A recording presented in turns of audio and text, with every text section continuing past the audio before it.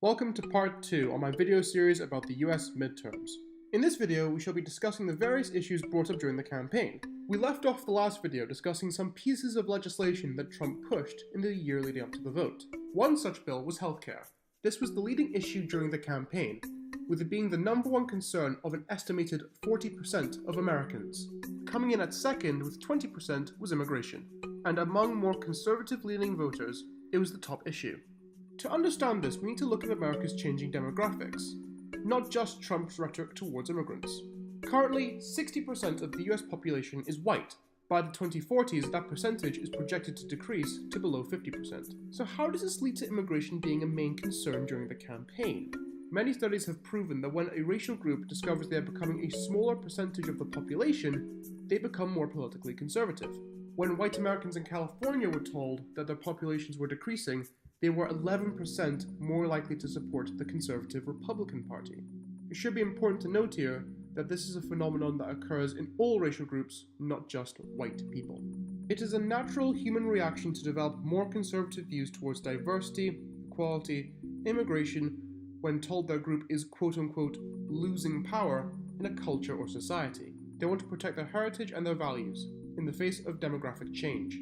This has led to a number of attitudes being developed regarding American nationality and racial identity. One such policy is the introduction of English as the official language.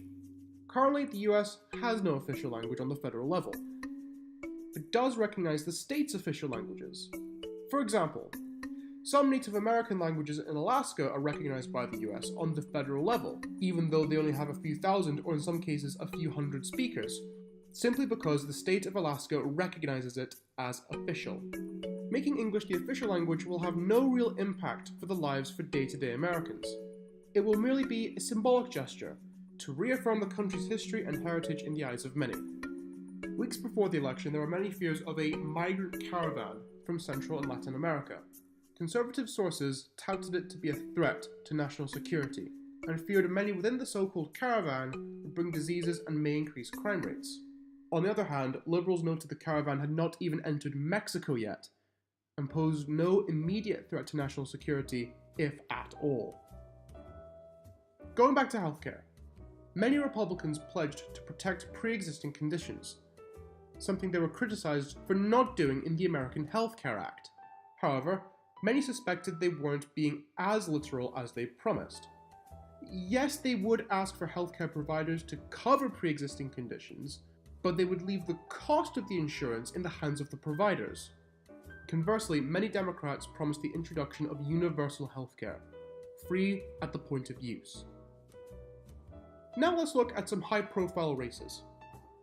Months before the election, numerous high-profile Republicans announced their intention to resign from their seats.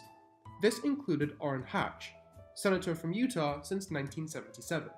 Utah is a red state, meaning it consistently votes for the Republicans, often receiving upwards of 60% of the vote. Despite their support for the party, they don't support Donald Trump.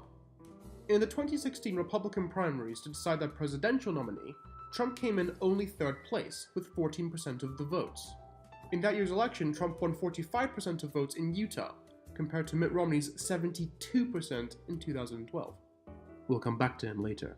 It is clear that Utah wants a conservative Republican senator who isn't afraid to challenge Trump, unlike the remainder of the Republicans in Congress. Enter the return of Mitt Romney, who in February announced his intention to run for that seat. Romney has everything going for him. He's been very critical of Trump, is a Republican and a Mormon, the majority religious group in Utah. Having Romney as a senator will be huge, as there will finally be a highly respected conservative voice in Washington, let alone the Senate, who opposes Trump. Texas was also another interesting race for the Senate. Incumbent Republican Ted Cruz was running for re-election against Democratic challenger Beto O'Rourke. O'Rourke was incredibly charismatic, channeling his days as a punk rocker to win votes. He even visited all of Texas' 254 counties. Texas, too, is a red state.